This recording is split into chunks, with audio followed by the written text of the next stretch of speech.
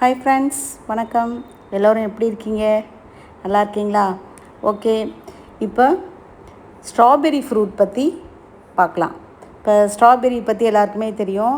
ஆனால் அதில் என்னென்ன சத்துக்கள் அடங்கியிருக்கு அப்படின்னு தெரிஞ்சால் நம்ம அதை விரும்பி சாப்பிடுவோம். இந்த ஸ்ட்ராபெர்ரி ஃப்ரூட்டில் விட்டமின் சி அதிகமாக இருக்குது. இது நம்ம இதயம் ஆரோக்கியத்திற்கு மிக மிக நல்லது. நம்ம எப்பயுமே இளமையோடு அழகாக இருக்கிறதுக்கு இந்த பழம் உதவும். இந்த ஃப்ரூட்டில் அதிகமான அளவுக்கு ஆன்டி ஆக்சிடென்ட்ஸ் இருக்குது. வெயிட் லாஸ் பண்ணுறவங்களும் இந்த பழத்தை நல்லா நிறையவே சாப்பிடலாம். மூளையின் வளர்ச்சிக்கும் உதவி புரிகிறது. அப்புறம் உணவுகள் நல்ல செரிமானம் பண்ணுறதுக்கும் டைஜஷனுக்கும் இந்த செரிப்பழம் பயன்படும்.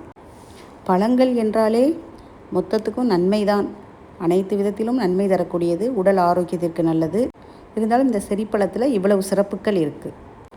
அது கலரை பார்த்தாலே நம்மளுக்கு தெரியும், நல்ல சிவப்பு கலரில் இருக்குது. ஒரு பழத்தை எடுத்து நீங்கள் கையில் பார்த்தாலே தெரியும், அப்படியே ஹார்ட் ஷேப்பில் இருக்கும் பாருங்கள்.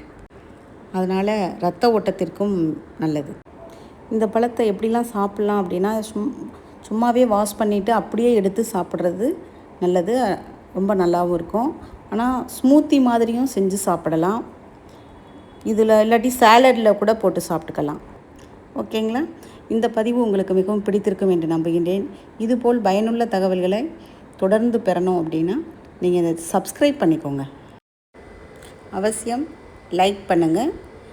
இந்த பதிவு எப்படி இருந்தது அப்படின்னு கமெண்ட் பண்ணுங்கள். நன்றி. வாழ்க வளமுடன்.